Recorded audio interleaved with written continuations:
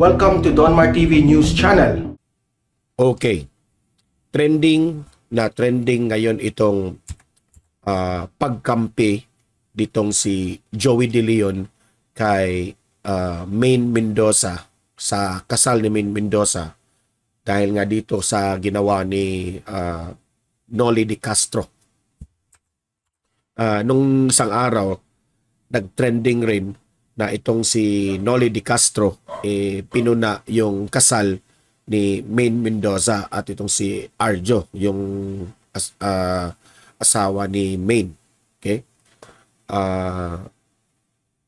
Ngayon naman, ipinagtanggol dito kay Joey De Leon. Alam naman natin, sa isang show sila sa Itbulaga dati at ngayon ay TVJ Dabarkads sa kabilang sa TV5, no? So kumakalat ngayon, nagtrending ngayon itong pagkampi ni Joey De Leon, no, sa ginawa ni Noli De Castro. So yan ang ating pag-uusapan, okay? Kung tama ba itong mga komentaryo ni Noli De Castro at ano ang masasabi natin dito sa sinabi ni Joey De Leon, okay, laban dito kay Noli De Castro. Yan, pag-uusapan natin yan. Pero bago ang lahat, help me na i-like at i-share tong video natin sa Facebook at sa YouTube para kakalat ito sa taong bayan. Okay, sabay-sabay tayong mag-like and share sa Facebook at sa YouTube. Donmar TV 123 go. Thank you. And also guys, i-subscribe, i-follow ang Donmar TV sa Facebook at sa YouTube para lagi kayong updated sa mga balita na kagaya nito. Okay? Sabay-sabay tayong mag-follow and subscribe sa Donmar TV 123 go. Thank you. And also guys, sa mga audience ko sa Dumaguete City, visit Overdose Dumaguete. Okay? Overdose Coffee. You try, meron silang hot and cold coffees, meron din silang mga cakes.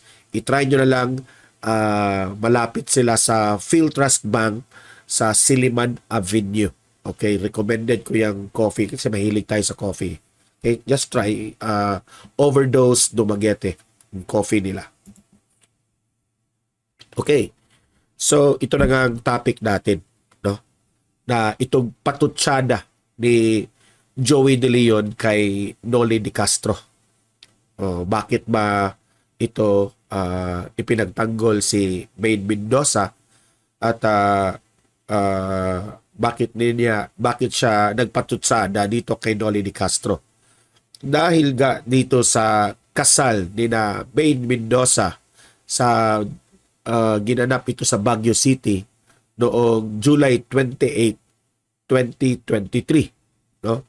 Kasabay ito na bagong may nangyaring bagyo nga na bagyong Egay. Okay? So syempre itong si Noli De Castro newscaster sa kanyang closing spiel, okay? Nagkomento itong si Noli De Castro tungkol sa pagpapakasal ni na Maine Mendoza at Arjo sa gitna raw ng pananalasa ng bagyong Egay sa Baguio City. Okay. So, ibig sabihin, hindi nagustuhan ni Noli De Castro ang naganap na kasal ni Maine at Arjo. Marami pagang mga nagbibiro doon sa comment section na baka Aldab fan itong si Noli De Castro at hindi niya pumalag siya dito sa kasal ni Mendoza at ni Arjo. So, yan, biro lang yan ang mga nagko-comment doon, ha. Pero may logic rin naman. Baka gusto niyang magkatuluyan yung Aldab kung hindi nangyari yun, di ba? Alam niyo naman, maraming fans yung Aldab. So, ito yung sinabi niya ni Noli De Castro. Kayo, habang kinakasal, kawawa naman yung mga binagyo, sabi ni Noli De Castro. So marami ang mga netizens nag-react dito sa sinabi ni Noli De Castro. Parang ibig sabihin ni Noli De Castro, bakit kayo nagpapakasal? Hindi nyo ba, parang ganito ang interpretation ko kay Noli de Castro sa gusto niyang ah, iparating sa taong bayan. Ang kanyang point ba ni Noli de Castro, hindi ito point sa akin hindi ito opinion ko o anong ibig sabihin. Ito ay kay Noli de Castro Ito yung gusto niyang iparating sa atin na huwag kayong magpakasal if alam natin may mga nabiktima sa bagyo dahil hindi raw maganda tingnan na nagsasaya kayo kasi yung kasal positive yun, masaya ang mga tao doon, nag-celebrate. Hindi maganda na nag-celebrate kayo at the same time meron raw mga nabiktima dito sa bagyong Egay. Yan ang kanyang point, no?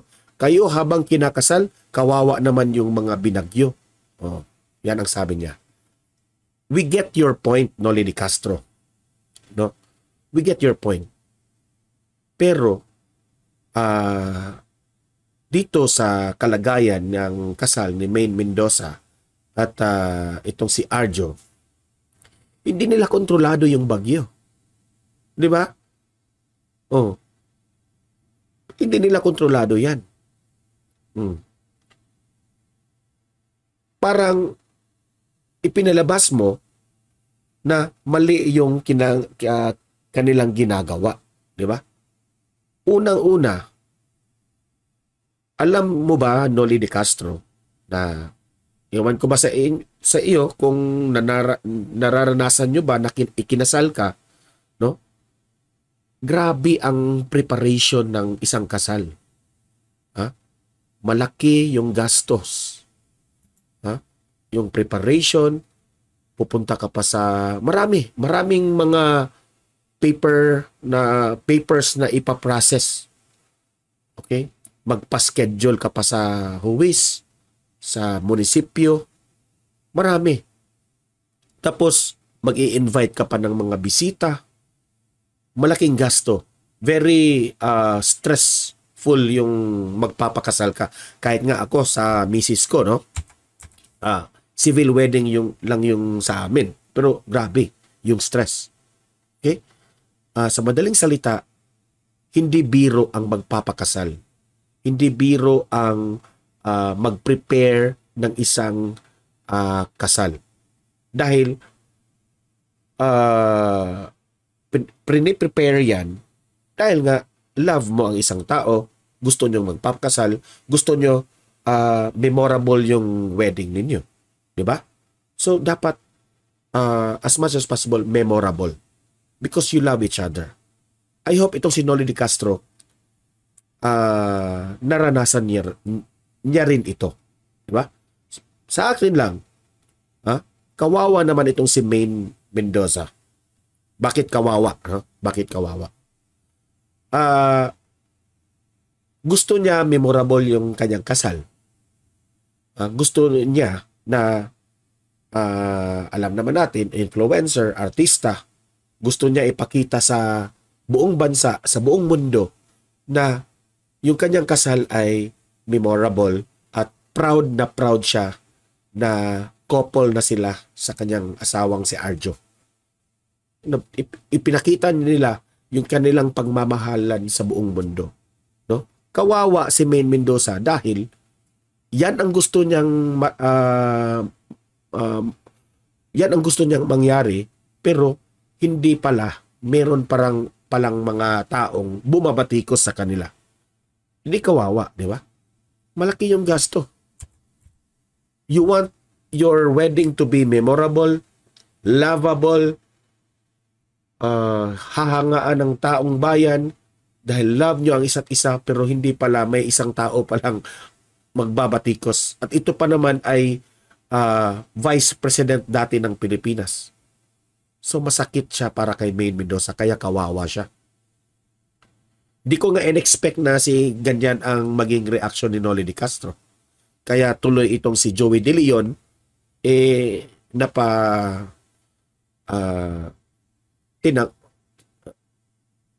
nagtanggol dito kay Maine. Okay?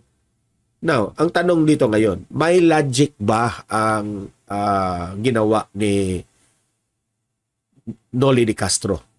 Okay? Ang gusto niyang iparating, nagkasalan, nag-celebrate dito na merong mga nagsasuffer dito sa Bagyo. Diba? Yun naman ang logic niya eh. Oh, yun ang gusto niyang iparating na biniblame niya itong si Maine. Ano bang gusto mong gawin ni Maine Mendoza, Noli de Castro? Itigil yung kasal?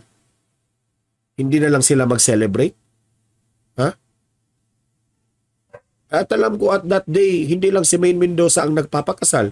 Siguro marami rin sa buong bansa. Di ba? Hindi nila kontrolado yan. Oh. In-schedule yan, ang kanilang kasal, mahirap yung i-change mo yung schedule. Mahirap yan. Malaking gasto yan. Hindi basta-basta ganyan. Mga bisita ni Maine, alam ko, meron ito mga bisita na from outside the Philippines. Oh, yung nakakuha na ng ticket. Oh, malaking gasto yun. I-cancel mo yun. I-reschedule mo yun. Yung mga flight nila. Dapat naisip mo yun, Noli de Castro. O, yung Bagyo, kayo ang mag-a-adjust sa Bagyo. Siguro naman, understandable lang yung nangyari kay Maine Mendoza. Di ba? Oh. So, hindi nila kontrolado yan. Ikaw, Noli de Castro, mag-isip-isip ka nga muna bago ka magpatutsada ng ganyan, ng closing spiel mo. Oh. So, ang tanong dito ngayon, ano ba ang nagawa mo noon yung ikaw ay Vice President? Yan ang tanong ng taong bayan, ha? Sumulpot yan na issue na yan. Ano bang nagawa mo nung ikaw ay Vice President pa noon? Oh? Wala kong matatandaan. Kayo mga audience ko dito. Ilagay nyo nga yan sa comment section anong nagawa ni Vice President, former Vice President Noli de Castro noon.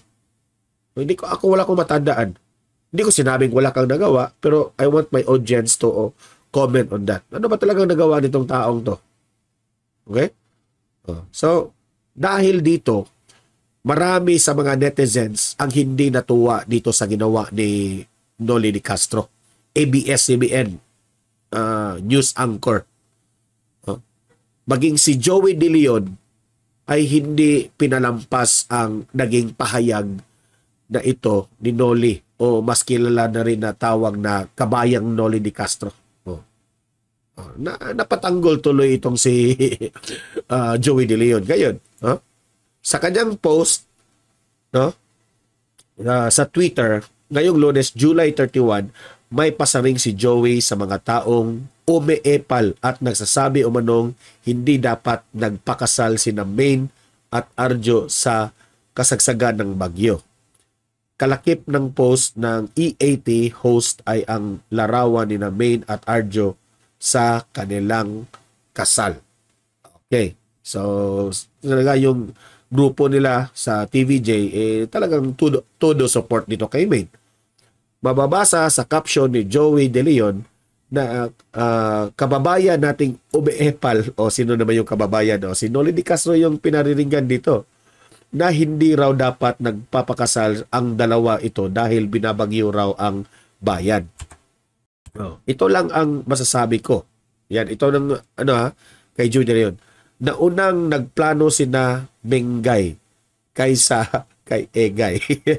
Si Mengay ay si Maine, yan tinutuloy. Wala silang kasalanan kundi ang unang 5 letra ng kasalanan is kasal. Walang kasalanan silang Maine dahil kasal. Tama nga si Joey De Leon. Buti nga yung tira ni Joey De Leon, yun lang. Parang sinabi ni Joey De Leon na Noli de Castro, walang kasalanan sila Maine dito. Hindi nilang kontrolado yung Bagyo. Na unang nagplano magpakasal si Maine Mendoza at si Arjo sa plano ni Egay na magbagyo siya. Hindi naman dahil dyan sa Bagyo hindi ituloy yung kasal. Naka-schedule na yun. So excuse yun, Noli de Castro.